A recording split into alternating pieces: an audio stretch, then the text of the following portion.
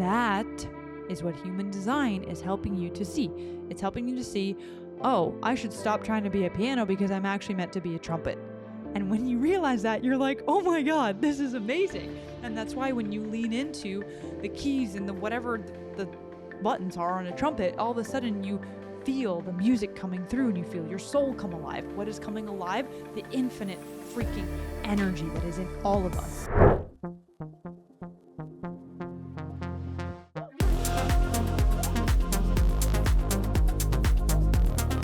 What's up, guys? Welcome into this episode of the Out of Our Minds podcast. This is a solo today with me, Bella. I'm really excited that you decided to join me today in this episode. It's going to be very magical, very channeled, and really speak to the soul that is ready to embody and understand who they really are.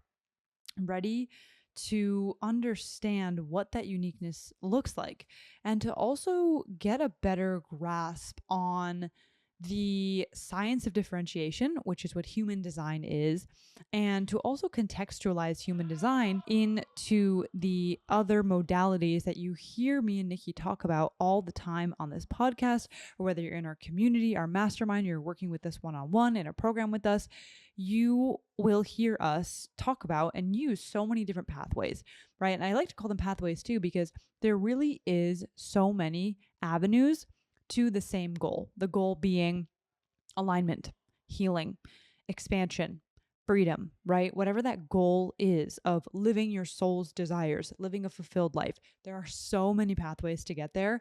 And obviously each of us resonates and is pulled towards certain ones that really resonate with our soul, right? Actually, for very specific reasons.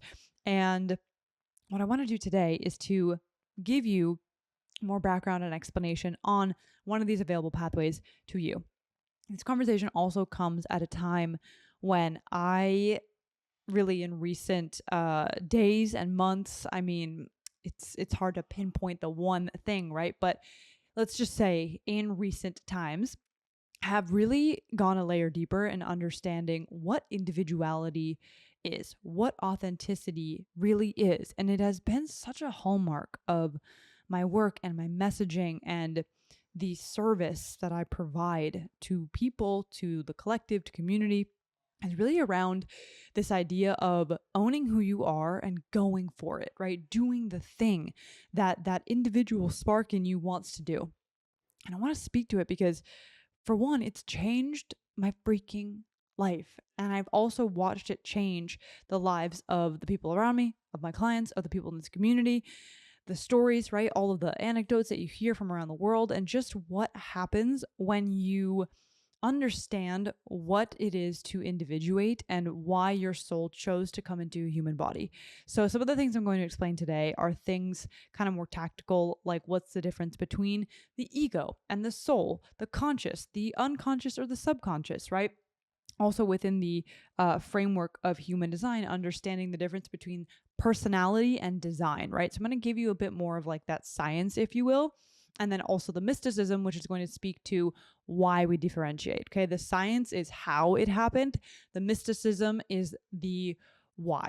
Okay, like what are you going to do with it? So first and foremost, I'm also pulling a card here because you'll notice that when Nikki and I do solos, sometimes we do card pulls because it's kind of fun to do those when it's a solo episode. So I am tuning into the energy field of all the listeners, of you, and going to ask Source to provide me with some guidance as well of any additional messages that want to come through this episode. And I invite you to actually take a breath with me, to inhale through your nose, exhale through your mouth. Let it go and just tune in with me here for a second. I'm going to draw two cards. It's what I've been told to do.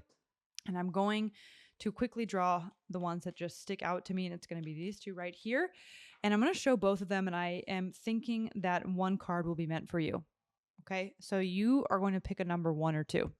The right hand is the card 1. The left hand is the card 2. And I'll just hold them up just in case you want to feel into them. Okay. The card that I'm tapping on, I think it's going to be on the left side of your screen. Just focus on what I'm tapping on visually. And the other card that I'm now tapping on is card number 2. If you're listening, just listen to 1 or 2. 1 or 2, the card that's for you. Okay. All right. I'm going to follow the guidance to speak about these cards and give you the channeled message that is waiting for you. If you resonated with card 1, you have received the Knight of Cups.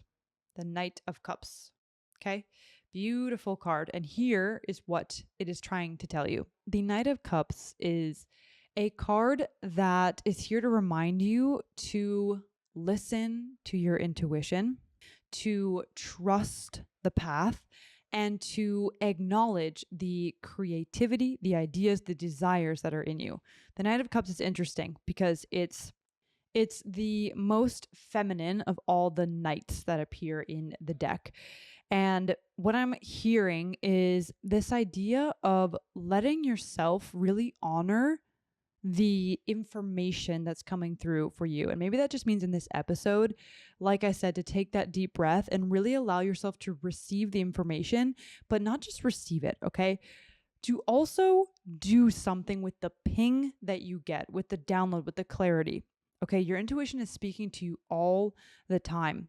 And sometimes we need to pause and take a second to really tune into what the body is trying to tell us. So much of our awareness and our intuition, it comes from the body. It's like this translator for all of the data and energy that is floating around you in the field, right? Both local and non-local. And I think if you picked card 1, this is your invitation to trust what is coming through for you and to let that be your compass toward differentiation, okay? Toward honoring what your soul wanted to accomplish in this lifetime. The soul chose you, chose your body, your time of birth, your parents, your family, and brought together this perfect being that is both infinite and also chose to come down into the 3D realm. So maybe you are being invited to lean into that, trust it, and do all of this in the name of love, in the name of self-love, in the name of self-acceptance, understanding, right? Understanding yourself, your role, and to really honor that. Beautiful. Card number 2 was the Wheel of Fortune reversed. Wheel of Fortune reversed. It's beautiful that this card came through as card number 2, especially in the context of what we're talking about today. And that's because, yes, this card came reversed, but I also have an intuitive nudge that this really the card overall is applying here, right, in its upright position. So let me just say that if you were pulled to card number 2, this is also giving us the reassurance that there are beautiful unseen forces at play, always supporting you. They've been supporting you. They will continue to support you. And they are also why you are here right now. Listening to this, why you are here on earth as this human being in human form. And it represents that coming together of the conscious and unconscious, right? The conscious, subconscious, the seen and the unseen. And anything that comes from this reversed card is really here to tell you to release that control on having to know everything, having to understand every bit of yourself or the process or where you're going in order for it to be magical.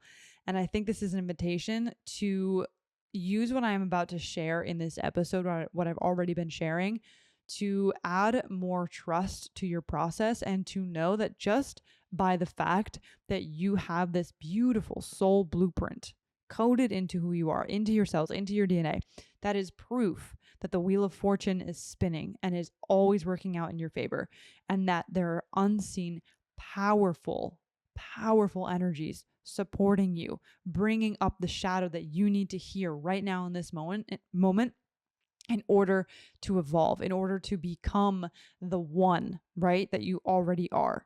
So that's the message that's coming through in these 2 cards. And I think this leads us perfectly into the main point that I want you to take away today, okay? Because this conversation of individuality and differentiation and individuation and really taking the time to actually have an identity and a sense of who you are as this individual person, right? As the name that you've been given and the soul that's in there and that blueprint that sits in this human vessel.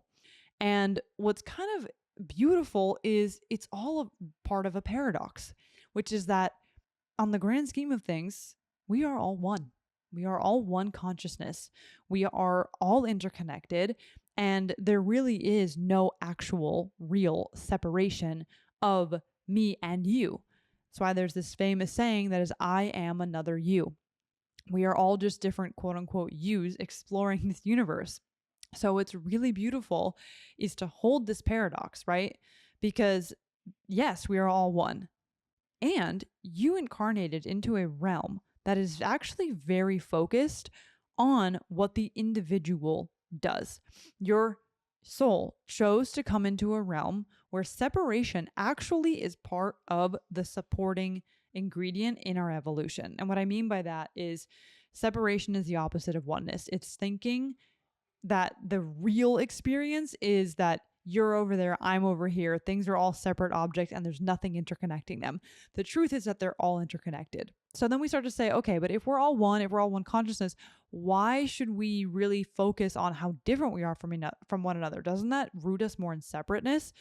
No, it does not. And I'm going to speak to that very much today. And if you listen to what I'm saying and then you actually go through other episodes with more of the context, you'll see that this is what I speak to very often, is like holding that duality and seeing how the path of individuation and differentiating yourself brings you right back to square one, which is where you came from, infinite, boundless, and one with the whole universe, which is what you are right now. But we're in the realm that purposefully gives us a sense of separation so that we can evolve the consciousness. So that's one of the main points, the paradox of that oneness yet connection.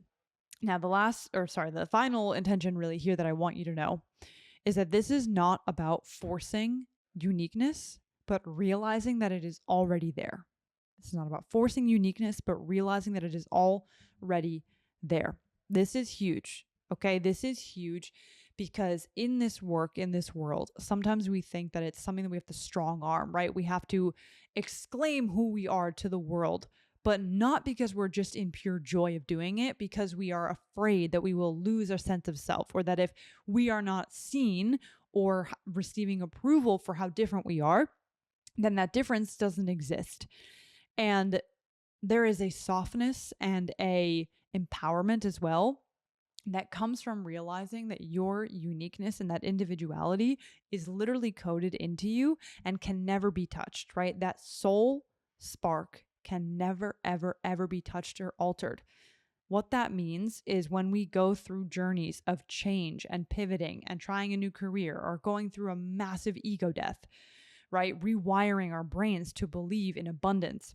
That original self, that core you that is so magical and limitless, it is never touched, okay? Yes, your personality and the things that come out change, but I'm going to explain exactly what that means and what is quote unquote staying the same and what is different. So let's dive in really quick to what is differentiation. Differentiation, in its simplest form, is the embrace, embodiment, and alignment of how you uniquely function.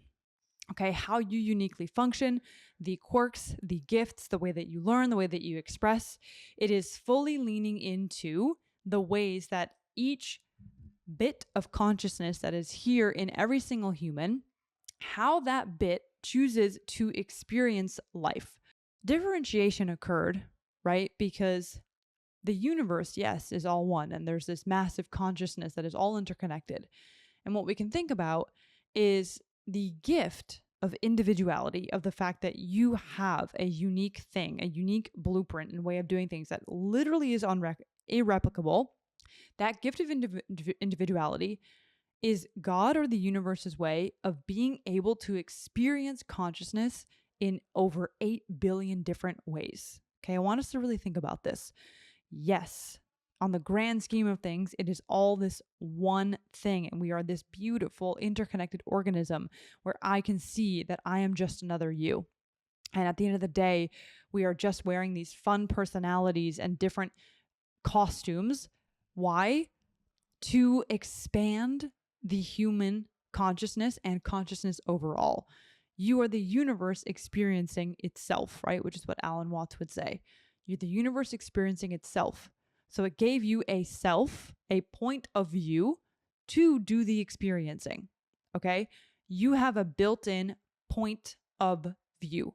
where your consciousness sits and gets to experience the world through the trick, right? Through the magic trick of separation on purpose so that the consciousness could grow and evolve, right? Your soul chose and said, I'm going to go down to earth. I'm going to be a human being. And I'm going to go through this process where a lot of the world feels like it's separate and that we are so different, right? But the funny trick is that in that process of understanding yourself and going through and really leaning into, right? I think the word I'm searching for is to really dive into that dance of being the unique self is actually to do what God and universe intended for you to do, which is to get caught up in the dance, to understand that there is an I, right? A healthy sense of I, me, and mine. Who am I? What am I here to do? Because that I is the consciousness, is the oneness, is the intelligence that is using you in the positive sense, right? That is choosing your help, wants your help to expand and evolve the universe. The universe is always growing. It is expanding constantly. That means it needs to learn. It needs to grow. And that means you do that same thing. And you are this beautiful, beautiful, chosen, uniquely designed part of that massive universal intelligence that wanted on purpose to be different, because in that differentiation is where the consciousness breaks off onto a different branch. If things just literally stayed the same, there's no growth. There is literally no growth without someone and something choosing to branch off in a different direction.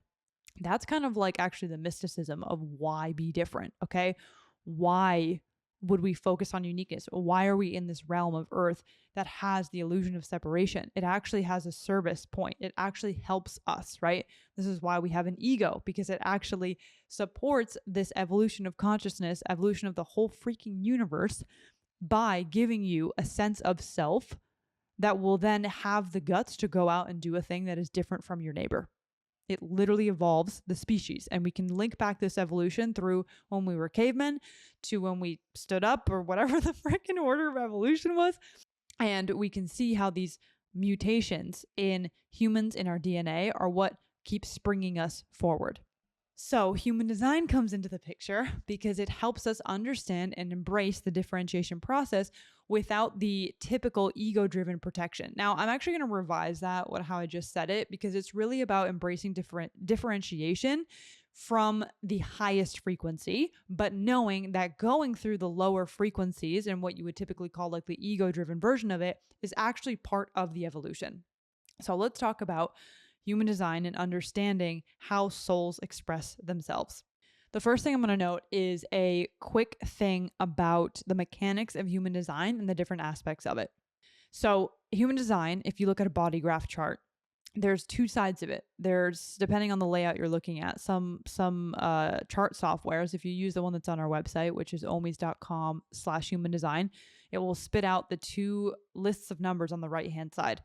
The personality side sits on the right, okay? And regardless of the position of it, right? The personality side is the conscious side, okay?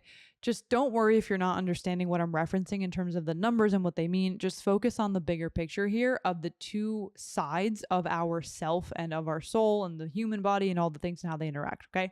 There's the personality and the design, which are also akin to the conscious side and the unconscious side, or we could call it subconscious. Personality is the conscious side. Design is the unconscious side. Okay. And I'm speaking here to how almost like the soul and the human body come together to form the you that you are. So the personality side, the conscious side, is the aspects of yourself that you're aware of, right? It's very much about how we perceive ourselves. It's like the mind's experience of life. It's how we think that we operate. Really, it's like, it's who you consciously identify with. Think about it similar to in astrology. You have the idea of the sun, moon, and rising representing different aspects of the self, the psyche, etc. There's things that represent how people see you and things that represent how you see yourself. That's the same thing that's going on in human design, the personality and the design side. Okay. The design side is the unconscious or the subconscious side. These are the aspects of you that function on a deeper subconscious level.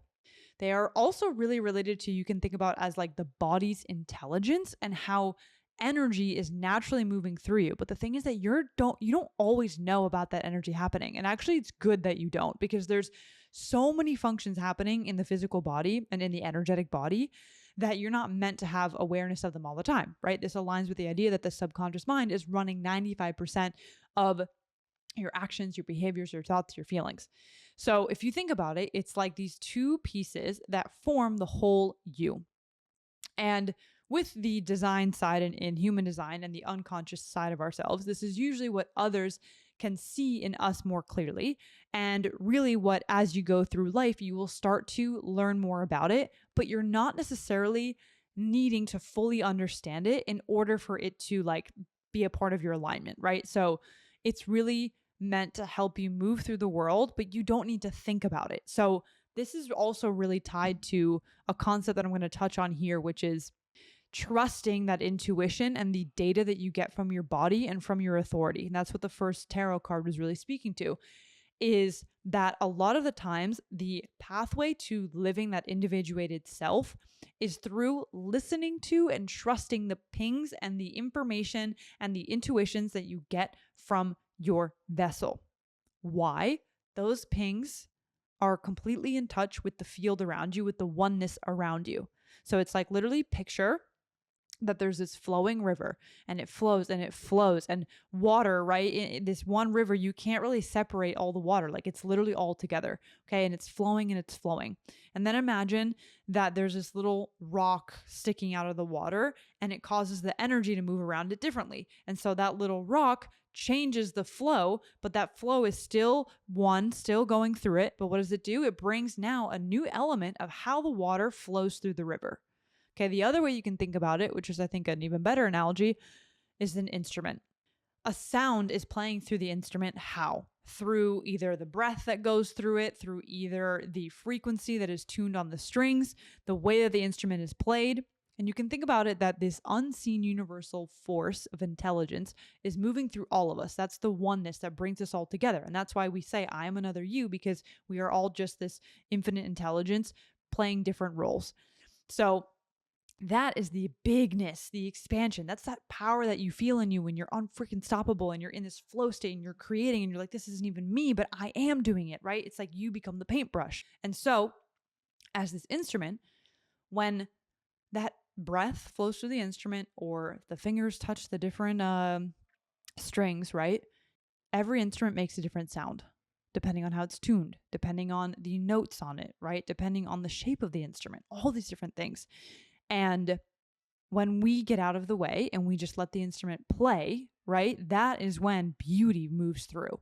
So you're being called to listen to that intuition, because the intuition is like the breath being breathed into the instrument, or is the, frequency that was tuned into the vessel and then the fingers move through it, right? That universe is moving through you and using you as this vessel because of how divine and beautiful you are. It's like, oh my gosh, I love this instrument. I want to hear the sound that it makes. It's so unique. And then what happens when all the instruments are tuned, all the instruments are playing according to their own vessel and what they have been tuned to, that is the symphony. That is the harmony that plays throughout the entire universe, is when every single person, every single instrument is doing their job. The violin is not trying to be the piano. The piano is not trying to be the bass. When the instruments do what they have been built and designed to do, then the unseen, beautiful frequency of music and sound and vibration can come through it.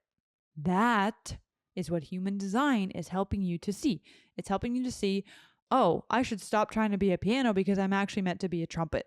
And when you realize that, you're like, oh my God, this is amazing. And that's why when you lean into the keys and the whatever the buttons are on a trumpet, all of a sudden you feel the music coming through and you feel your soul come alive. What is coming alive? The infinite freaking energy that is in all of us.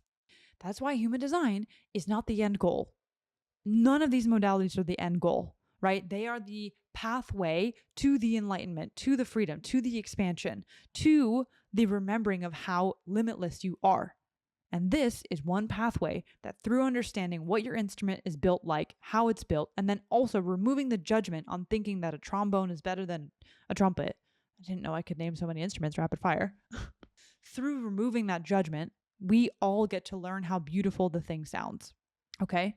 So to summarize the piece about the conscious and subconscious, right? It's really just seeing that there are beautiful elements and ways that like our psyche is built that can show us different parts of ourselves. And this is the beauty of subconscious work, is where something will be sitting there below our level of awareness, running our life, playing our instrument in a certain way.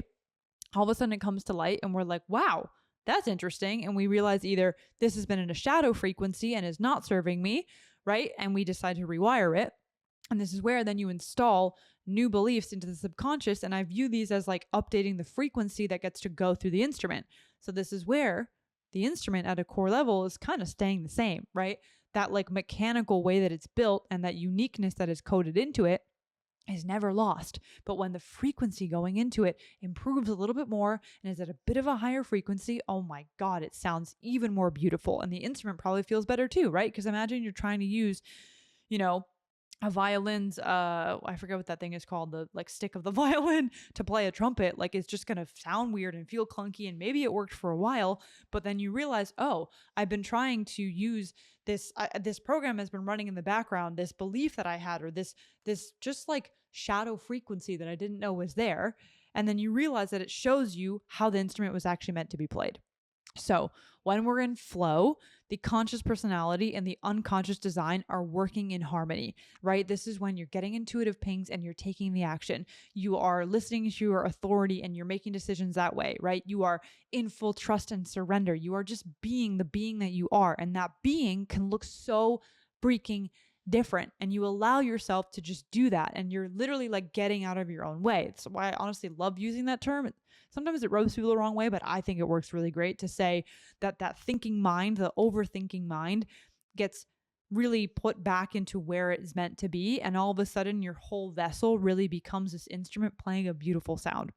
And that's why when we're disconnected from this, when we're being something that we're not, when we are living by programs or living by rules and shoulds and conditioning, we feel like we're forcing things instead of flowing, right? We feel like we're also just like not being who we are. Something just feels off. And it can be as simple as not realizing how the instrument is meant to be played, or it can be a frequency that was being put onto the instrument, or like the sound was being muffled, right? You can imagine that like that too, where shame or guilt muffled the sound trying to come out of the instrument. This is something that I realized recently, because I'll give you a great example. I have a human design that is really freaking action oriented. Like I am built to actually be very much enjoying the physical material realm of life. What that means is the instinctive hits that I get literally push energy through me that then wants to do something in the physical world. That's why you probably, oh my God, sorry, I'm hitting the mic. That's why you'll probably notice that I am as someone who teaches a lot of like action oriented methods, but also because that is the way that I have personally been designed. And I know for a fact there's other people that have been designed that way too. But if I were to tell myself and have shame around, thinking that because I like to take action so much, or because I get these intuitive hits to just go and do a thing without thinking about it, that it means I'm, hustling so hard, or I'm focused on the material realm, or I'm focused on the money, or whatever it is, right?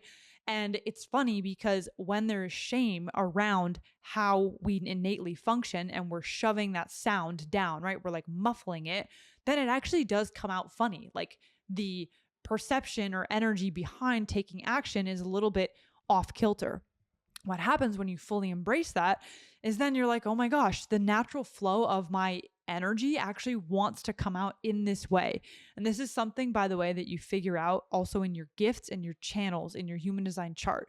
This is what I call the gift activation sequence in my coaching work and in human design readings, is where you are pinpointing the channels and the gifts that you have and seeing the shadow frequency and the light frequency, and you're contemplating and figuring out through either meditation or coaching or action planning strategy, right? Reflection, etc., workshopping, how to align more with the light, the gift frequency of your gates and gifts and abilities. Now, I want to talk really quickly about the soul versus the ego versus the subconscious, right? Or like the unconscious side of things. Now, for a quick second, let's differentiate from the ego/heart center that we talk about in human design. And I'm talking more about the ego in kind of like a psychological framework, and also how we would talk about the ego in subconscious healing work. Let's understand, first of all,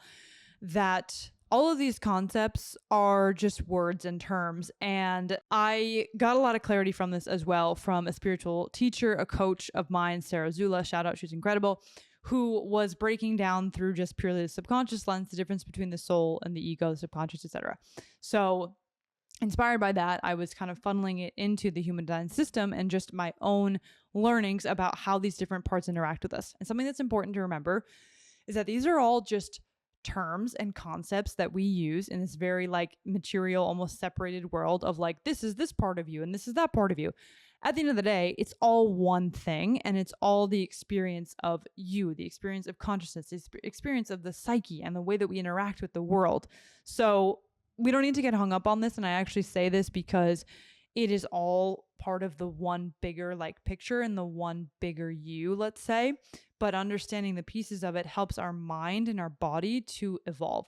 So the ego's role is really serving us in a beautiful way, because like I said at the beginning, God in the universe chose to have us differentiate for the sake of our evolution. Okay. And the way that we do that is we have these personalities and these different forms of ourself, the way we do things.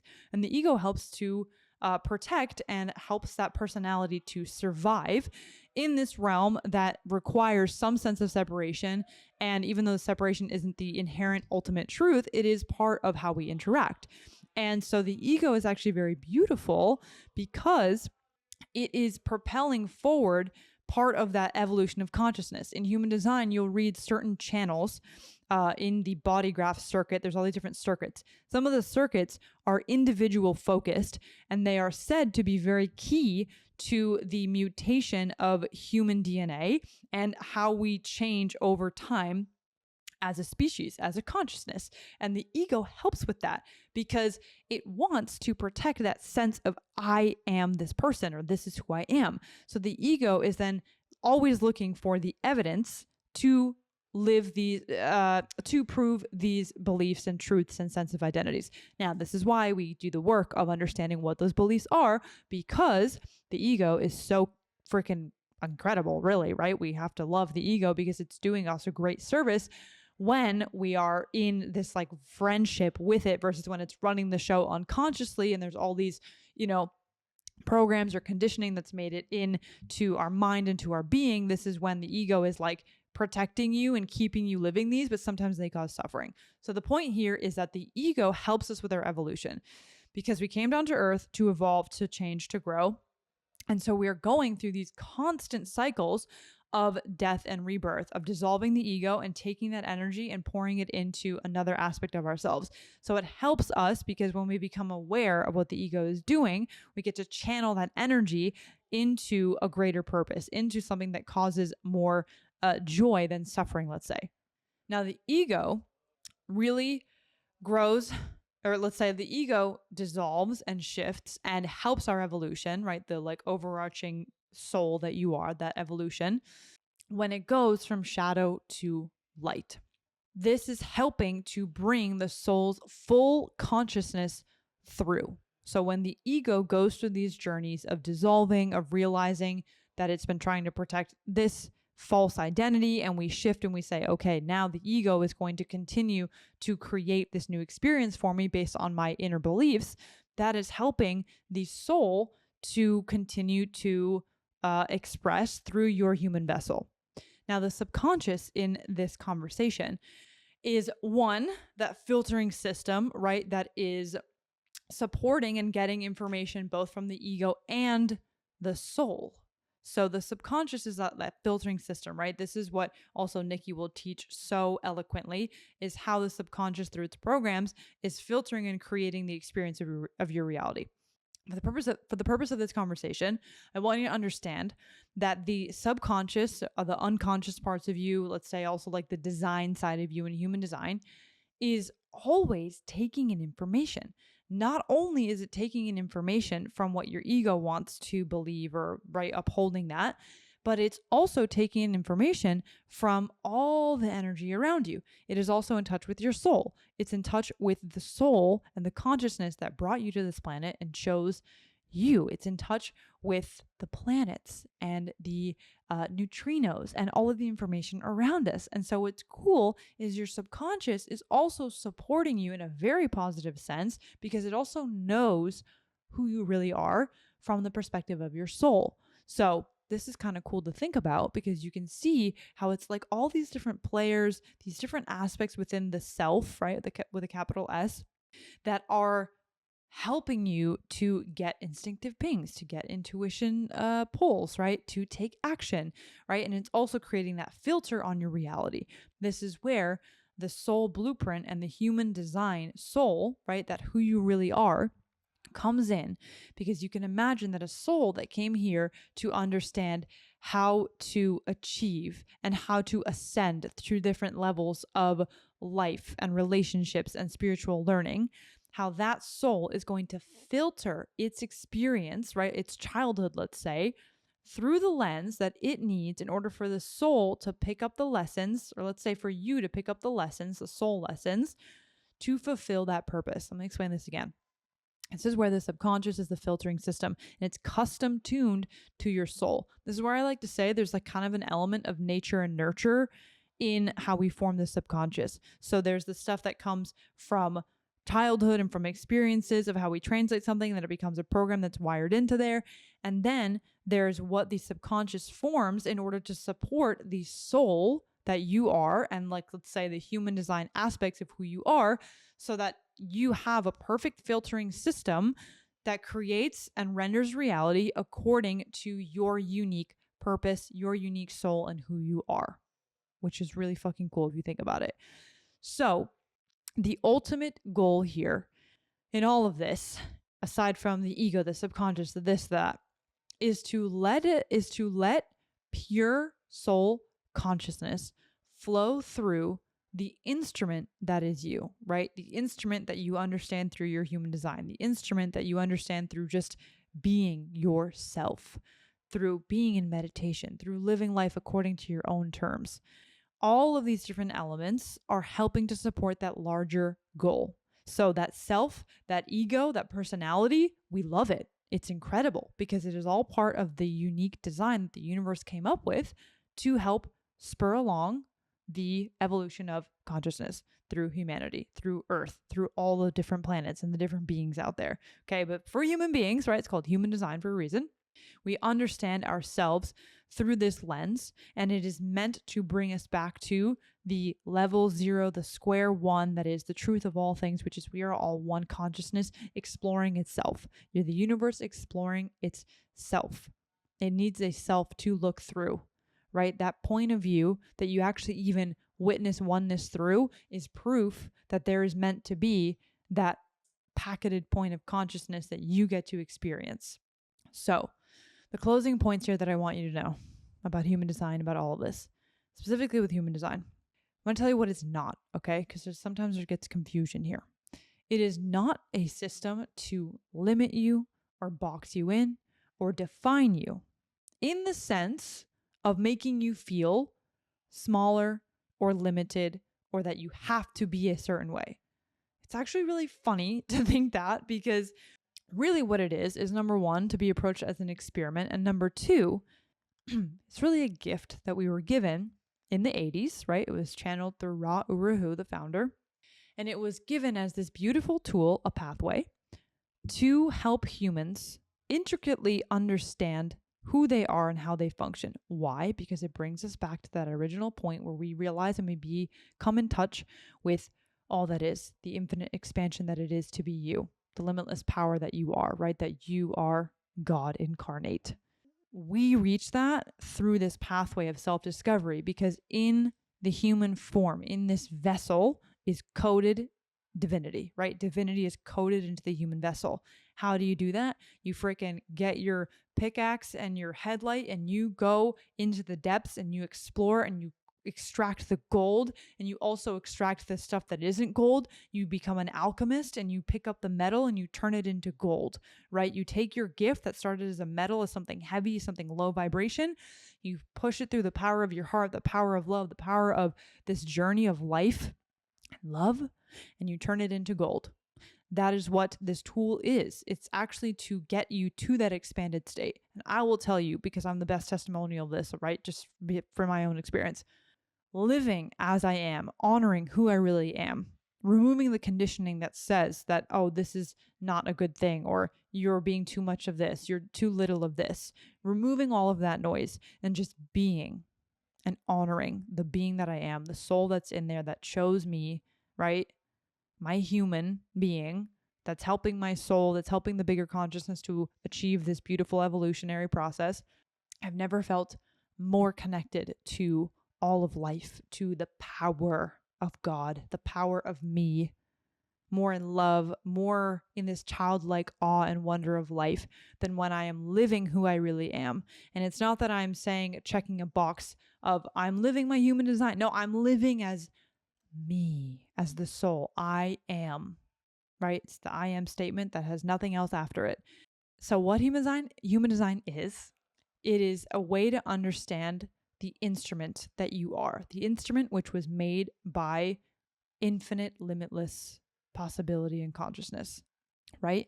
This is why you can change a lot about how you express, right? So much about the thing that you do, the job that you're in, the quirks that come out, right? It's all so infinite, right? It doesn't tell you what job you're going to have. It doesn't tell you exactly how this is going to go. No, it's telling you the energy that is in there that then you get to do whatever you want with, right? The energy is flowing through. You became a human being to play with that energy, to do something with it. This is why you get a hit from your authority, right? From your intuition that tells you to do something, to shift something, to go to this place.